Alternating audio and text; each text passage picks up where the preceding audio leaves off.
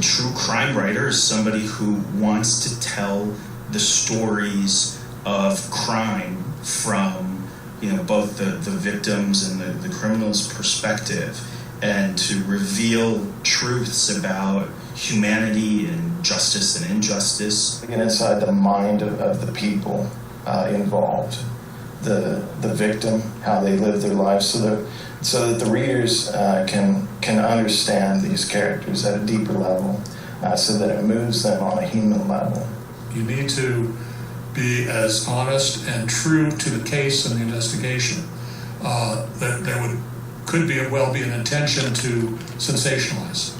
And I'm sure your editor and the publisher would love that. But at the same time, you have a responsibility, because this isn't fiction. This is something that really happens. Generally, because you're dealing with true crimes and real events, it inevitably becomes an obsession, because you're wearing different kinds of hats. You're a historian, you're a researcher, you're a detective. The Black Dahlia was LA's most famous unsolved murder.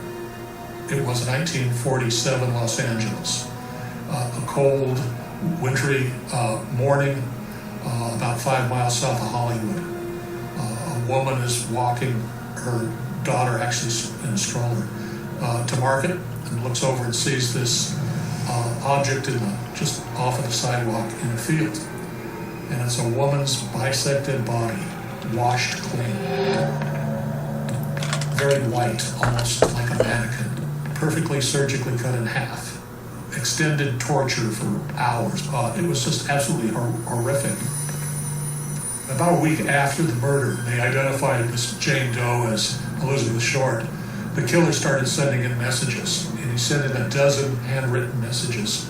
And there was one which was undisguised, in which he was going to give himself up. And that I recognized as my father's handwriting. That opened a door, a black hole for me that would consume me up till this day for the next decade. I'm a retired LAPD homicide detective, but basically it's something that I wasn't quite prepared for when I started my investigation on the Dahlia, because with my reputation, I thought, hey, this will be a slam dunk. We'll do the DNA, case solved, and full cooperation. And sadly, hasn't been the case. I had just received a bunch of reports on the victims, and it was a rainy night, lightning, thunder. I had a fire going, and I spread out all of these reports, and I was going through them one by one. Cause of death, blunt force trauma to the head, strangulation, and I'm going through it. And I got to about the 6th victim, and I've got them all out there. And I just had this eerie feeling, almost as if the victims were standing there. It was a very psychic moment, and a very heavy moment, and a very sad, because that led me to thinking about the chain effect of, all of their relatives, all of the horror and the damage it's done to so many people. My motivation was to get the truth out. And I came to the undeniable reality that my father was a serial killer and had committed probably somewhere in the vicinity of 30 to 40 murders. People would say, if this is true, why would you even want to tell it?